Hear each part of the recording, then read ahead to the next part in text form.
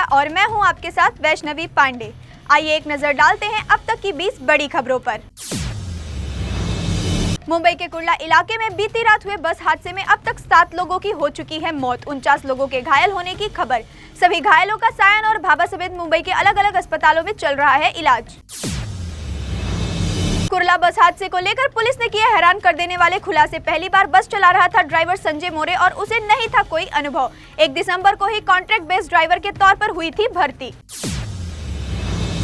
कुर्ला में हुए भीषण बस हादसे के बाद गुस्साए लोगों ने की ड्राइवर संजय मोरे की पिटाई, जिसका वीडियो आया सामने। पुलिस ने आरोपी ड्राइवर के खिलाफ दर्ज किया गैर इरादात्मक हत्या का केस। फिलहाल पुलिस की हिरासत में मौजूद है आरोपी ड्राइवर।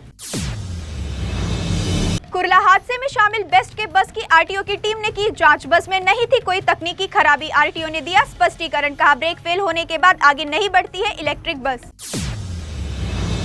कुर्ला बस हादसे में मारे गए लोगों को मुख्यमंत्री देवेंद्र फडणवीस, डिप्टी सीएम एकनाथ शिंदे और अजित पवार ने दी श्रद्धांजलि। सीएम ने मृतकों के परिजनों को 5 लाख का मुआवजा देने का किया ऐलान।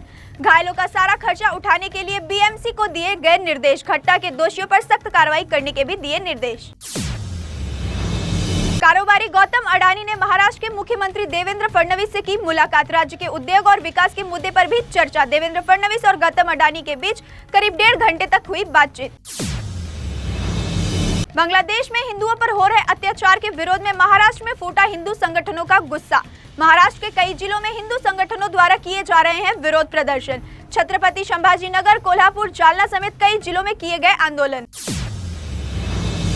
बांग्लादेश में हिंदुओं पर हो रहे अत्याचार को लेकर शिवसेना यूबीटी सांसद संजय राउत ने केंद्र की मोदी सरकार और आरएसएस पर बोला हमला। बीजेपी और आरएसएस से पूछा सवाल, हिंदुओं पर हो रहे हमले को लेकर क्यों चुप है प्रधानमंत्री नरेंद्र मोदी और संघ प्रमुख मोहन भागवत। लातूर के किसानों द्वारा 300 एकड़ जमीन पर दावे को लेकर नोटिस भेजे जाने के मामले में महाराष्ट्र वक्फ बोर्ड ने दी सफाई। कहा अभी तक किसानों को नहीं दी गई है कोई नोटिस। मामले को लेकर जांच टीम गठित करने की दी जानकारी। 14 दिसंबर से पहले हो जाएगा महाराष्ट्र में मंत्रिमंडल का विस्तार। सूत्रों के मुताबिक महायुति में शामिल पार्टियों ने केंद्रीय नेतृत्व को भेजी मंत्री बनाए जाने वाले नेताओं के नाम की सूची। बीजेपी हाईकमान से हरी झंडी मिलने के बाद हो जाएगा मंत्रिमंडल का विस्तार। महाराष्ट्र के पुणे से आई सनसनीखेज वारदात। भाजपा विधायक योगेश टिलक के मामा का अपहरण करने के बाद कर दी गई हत्या। पुलिस ने बरामद किया शव। हत्या का केस दर्ज कर फरार आरोपियों की तलाश में जुटी पुलिस। मुंबई के प्रसिद्ध सिद्धिविनायक मंदिर में आज से 5 दिनों तक नहीं होंगे बप्पा के दर्शन। सिद्धिविनायक की मूर्ति पर सिंदूर लेपन के चलते मंदिर प्रशासन ने लिया फैसला। अगले 5 दिनों तक भक्तों को नहीं मिलेंगे प्रत्यक्ष दर्शन। रिजर्व बैंक ऑफ इंडिया के नए गवर्नर होंगे आईएएस अधिकारी संजय मल्होत्रा। 1990 बैच राजस्थान कैडर के आईएएस है संजय मल्होत्रा। मौजूदा गवर्नर शक्तिकांत दास की लेंगे जगह। जगदीप धनखड़ के खिलाफ बड़ी गोलबंदी। उपराष्ट्रपति पद से हटाने की मांग को लेकर विपक्ष ने राज्यसभा में लाया अविश्वास प्रस्ताव। विपक्षी गठबंधन ने 1:37 पर राज्यसभा के सेक्रेटरी जनरल को इस आशय का सौंपा प्रस्ताव। जगदीप धनखड़ के खिलाफ अविश्वास प्रस्ताव पर 60 सदस्यों के हैं हस्ताक्षर।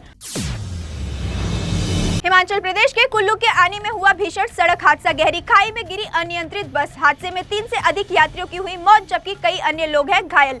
गंभीर रूप से घायल 11 लोगों को शिमला किया गया रेफर। पंजाब नेशनल बैंक और आईसीआईसीआई बैंक को करोड़ों का चूना लगाकर देश छोड़कर भागे मेहुल चौकसी की घोटाला मामले में मुंबई की प्रवर्तन निर्देशालय का बड़ा एक्शन। ईडी ने गीतांजलि जेम्स लिमिटेड के लिक्विडेटर को सौंपी 125 करोड़ रुपए से ज्यादा की संपत्ति। मेहुल चौकसी के खिलाफ चल रहे मनी लॉन्ड्रिंग के पीड़ितों और मालिकों को लौटाई गई ये संपत्ति। पत्नी की प्रताड़ना से तंग आकर बेंगलुरु की एक प्राइवेट कंपनी में काम करने वाले इंजीनियर ने उठाया खौफनाक कदम।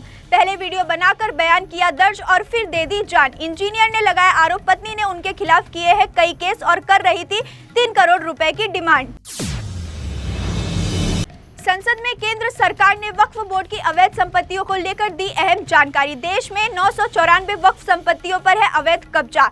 अल्पसंख्यक मामलों के मंत्री किरेन रिजिजू ने कहा कि 994 संपत्तियों में से तमिलनाडु ने अधिकतम 734 वक्फ संपत्तियों को अलग किए जाने की दी सूचना। बॉलीवुड एक्ट्रेस गहना वशिष्ठ से प्रवर्तन निर्देशालय ने दोबारा की पूछताछ। सोमवार को भी हुई थी 7 घंटे तक पूछताछ।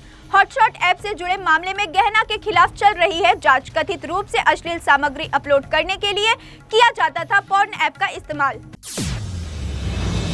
बॉक्स ऑफिस पर लगातार धमाल मचा रही है साउथ के सुपरस्टार अल्लू अर्जुन की फिल्म पुष्पा 2।